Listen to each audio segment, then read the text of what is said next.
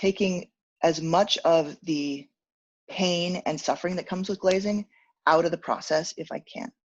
And that means that I have a lot of test tiles. They are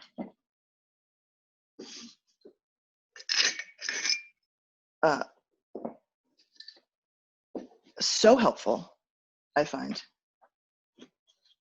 that, let's get a little closer so people can see here.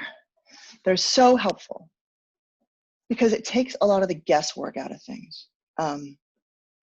Now, test tiles are very personal, and I think that they should be.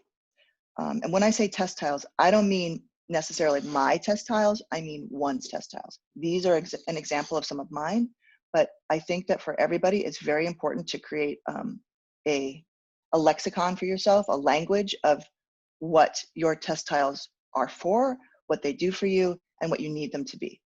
For some people, they're a big jumble of like broken pieces with tests and notes on them, and they're thrown into a box. I think that's fine. Whatever works best for you. That doesn't work for me because I like to be a little more organized, but there's nothing wrong with having a box, a small box of everything that you need. Broken shards, it's fine. I work with primarily 4 different clay bodies. They're all stonewares, and they range from the dark brown, what I guess we call 266. And in my case, I use the one with more grog, which is 710. This sort of dark brown. I use a reddish sculpture clay. I use what we call like a house brown, but it's like a buff medium brown that we use at Clayworks, and also the white stoneware without grog, which we also use at Clayworks. So, and I like being able to use them. I like having them at my disposal whenever I need to. It takes a lot of the guesswork out of it, and you learn a lot. So, for example, these are all set up. This is the kind of orange to peach kind of grouping that I have. And they're all in the same position. They're not all the same size. I don't think they need to be. It's really, I mean, what happens is whenever I roll out some clay, if there's enough left over for a test tile, I cut it, I set it aside, and I'll collect them like that. And then I will read carefully all the information on the underglaze. That's what these are. And it's so important to read labels. So important, because, and as we'll go into a little bit later, you'll see, it can mean the difference between your piece working out the way you want it and your piece sticking to the kiln shelf and really sucking. So that is super important. Okay, the other thing that's important is to try and to kind of keep things generally similar. They don't have to be the same size, they don't have to be the same thickness, but you kind of want to apply them. You don't have to apply it with the same brush, you don't have to do that, but you do want to think about things like how many layers you're going to put on. If it says 3 layers, put on 3 layers and follow that. Or if you've decided that you only want 2 layers, you want something a little more transparent, or 1 layer, it's totally up to you, but you want to be consistent. So consistency is important with test tiles. The other thing that I found with when I was working with underglazes is something important, which is that in the center here, you'll see on all of them, this is it's just the raw clay and underglaze, no glaze. Towards the exterior, there is a strip all the way along on all of them of crystal clear brush and glaze on top. It does 2 things. It seals up I use an underglaze pencil for the lighter colored clay bodies. I scratch in, I use underglaze in the white area, and then I scratch in, which is a pain in the ass. It's sometimes better just to use the underglaze pencil, but that's how I work. the numbers, so everything is numbered, all have corresponding numbers, titles, names, whatever it is. So you can see, for example, really well on this one, I think maybe I'll make it a little clearer. I can get it in here. You can see that surprisingly what happens is when the crystal clear glaze goes onto this darker color, it gets a little mottled. If I had made a sculpture and expected it to look like this darker color and just shiny, I would have been sorely disappointed. It really would have been a bummer. So you learn a lot about your materials by just doing simple tests. I saved myself a lot of heartache by just making sure I had taken the test first.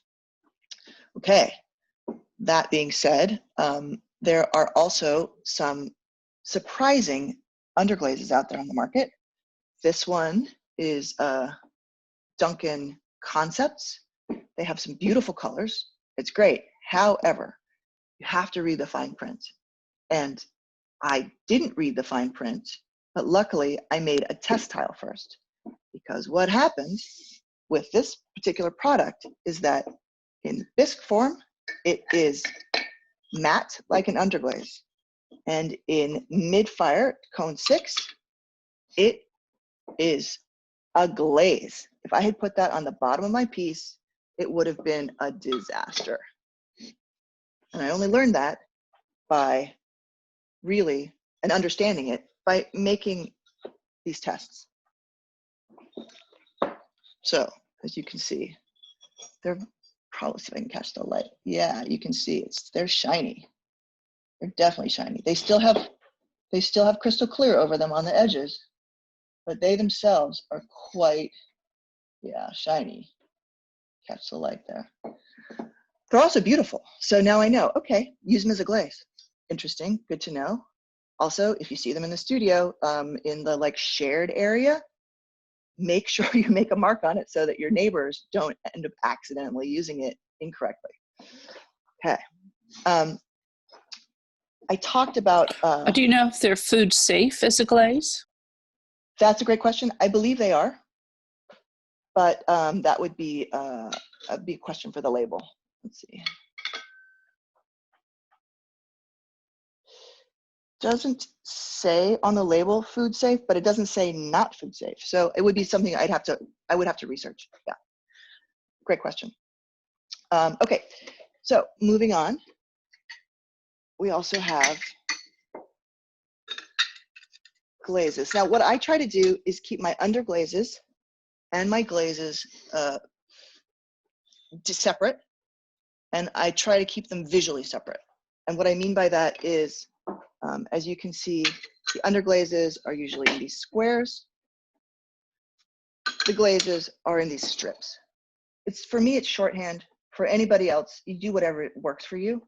But that way, when I'm looking for something, I know what I'm looking for. Like, oh, I want a glaze.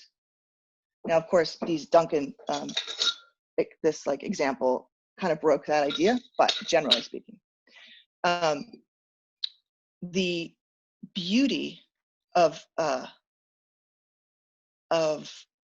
glazing is that it can be a deep dive. The frustration of glazing can be myriad, but one of the things that I find frustrating is that in my mind, I will get this idea of this color I really, really, really want. And I'll probably go a little overboard and buy a bunch of little commercial jars, tubes, whatever. And I kind of want to use them right away, but of course I can't. And nobody wants to make like a test tile and then biscuit and then do it. I mean, it's a laborious process and it's boring and nobody wants to do it. So what I tend to do is keep a stack in my studio of maybe 5 at a time of pre-bisqued tiles. I call them blanks. And I keep them so that whenever I'm ready, I can just throw the glaze on and, hopefully somebody's kind enough to let me put my piece in with their kiln or whatever. It's very cost effective. It hardly costs anything. And then, within a matter of days, you know exactly what your glazes look like. Because, when I ordered these, these all online looked very similar. And they, as you can see, like they're significantly different. And what happens is that on the different tiles, they look very different too. So it's really important to know what clay body you're using, what you like to use, and what your glazes are going to look like on that clay body, because otherwise, you know, you can think that something's going to be really, really bright and find that when it gets fired on something darker, it looks a little washed out. Maybe you don't want that. Maybe you want something brighter. So then it allows you to make choices, which is something that I'm always looking for. Okay, the other thing about test tiles that I find super helpful is that, you know, if you're making, look, it's important to know what you're making. If you're making pots or you're pinching, you're making vessels, sometimes just having a flat textile is all you need. It's very helpful, and it's not that different than what you're going to be doing if you're making, like, if you're throwing plates or things like that. What happens when you're making things with features? That turns into a whole other issue. So I like to make several different kinds. Besides these flat ones, I also like to make ones with features. Now, if you're a person who, for example, likes to make things with texture, a lot of texture, maybe some of you like to roll texture into your slabs and work that way, that's great. I highly recommend you consider making test tiles like that. Just roll it into your slab and then just cut it into pieces and then save those bisqued pieces for a later date.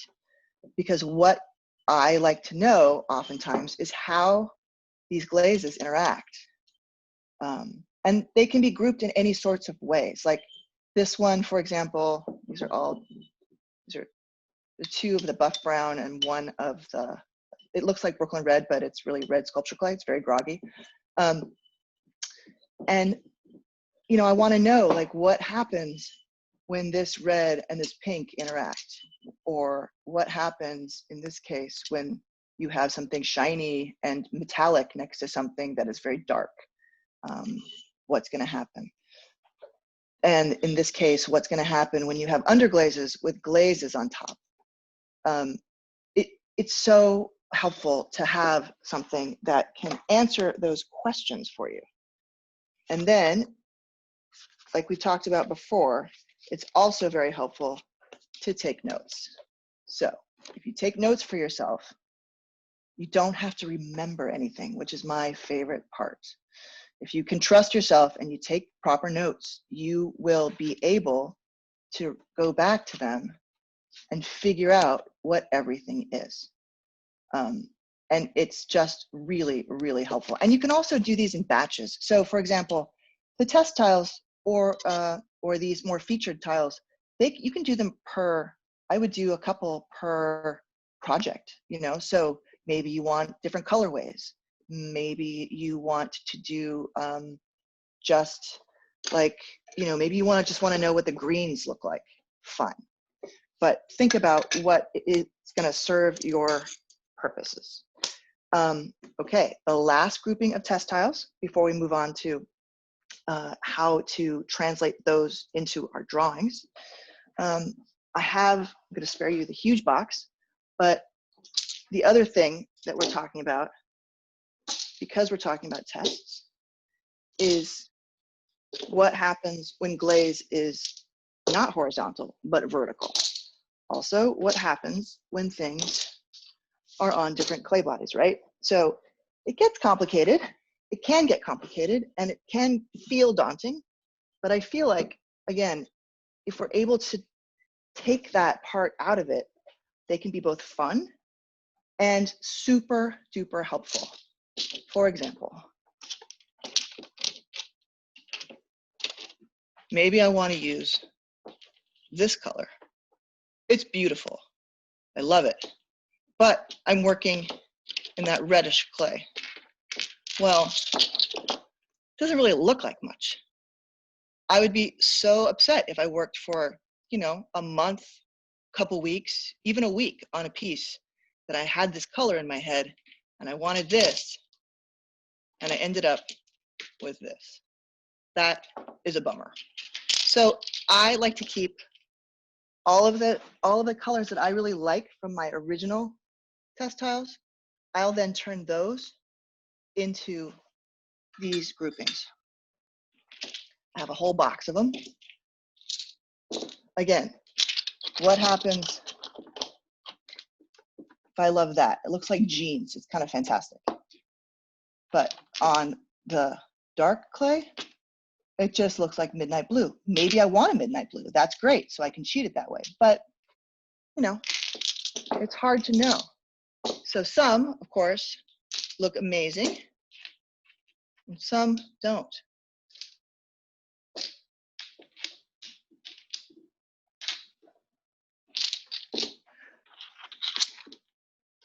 It can be so helpful to have a box to go to or some place to go to that has enough information where I feel like I can make informed choices. And now, again, it doesn't have to be something that looks like this. I do recommend if you are making these featured test tiles, you want them to be able to stand up. So I think that you can figure out whatever that means to you. If you are not making work that has a lot of features in it, if it's not pinched, it's thrown, then maybe you want to throw something and cut it up, and then just make sure by giving it a little stand on the bottom, make sure it stands in the kiln because you want it to be upright. But it's really, really helpful. And then what I like to do is when I'm working on glazing, I can pull out my box and I can dig through it and I can find all the colors that I want and I can just pull those out and not have to deal with everything else. It's very helpful. So that being said, again, when you have a little bit of clay left, make yourself blanks. Whatever those shapes are, totally fine, totally up to you. I keep at least 6 of each clay body that I use in my studio so that when I'm ready, I can pull them out and put them in the kiln. It's super helpful. For the darker clay bodies, I do take the time and put a little white underglaze on the bottom of them so that they're prepared to take the underglaze pencil. Otherwise, they're set to go. Okay. Are these mostly commercial glazes that you're testing? They're all commercial glazes. However, there's no reason why you can't test the mixed glazes that you mix yourself or glazes that are mixed in your studio. Or in some cases, maybe you want to see how those two things interact. And you're not going to find that usually. At your studio, there won't be an example of like what Bruno looks like with, Duncan like leaf green on top of it. So I think it's really helpful to have these for that purpose. Also, as a note, it's important to know that some of the commercial glazes are engineered to be very stable. They usually stay put and rarely drip. However, when they come into contact with usually dipping glazes, all bets are off. So if you do make these kind of vertical test tiles and you are really experimenting in that way, put them on a cookie just to make sure that they don't ruin the kiln shelf. Because you never know, they could drip wildly and you may love that effect, but you can't really control it. Okay, so. Important. Yeah? Is that why it's important to make vertical ones? I'm just wondering. Absolutely. I was wondering why that was something to consider in the process. It's something to consider in the process because, when you have a flat piece of color, area of color glaze, it's gently sitting there on top of your test tile. It's not really going anywhere. But if you have work that has features and you have to deal with the verticality because maybe you're making sculpture or maybe it's the interior of your bowl or the, you know, the more vertical kind of exterior of your bowl, you really want to know what the glaze is going to do. Like it could run, it could drip, you know, like I said, it's pretty clear for most of the, if you read the label properly, and it is rated to be in the kiln that you're putting into, as in like it's rated for cone 6, totally stable. Chances are it's not going to run. But you know, there are issues, of course, of like application. Like if you put too much on, I like to give myself lots of space at the bottom so that there won't be any unhappy accidents. Yeah, just you know, those are really more firing questions, but absolutely, yeah. To answer your question, it's important to have something upright because you don't know what it's going to look like unless you have an example. Okay, so moving on to back to drawing.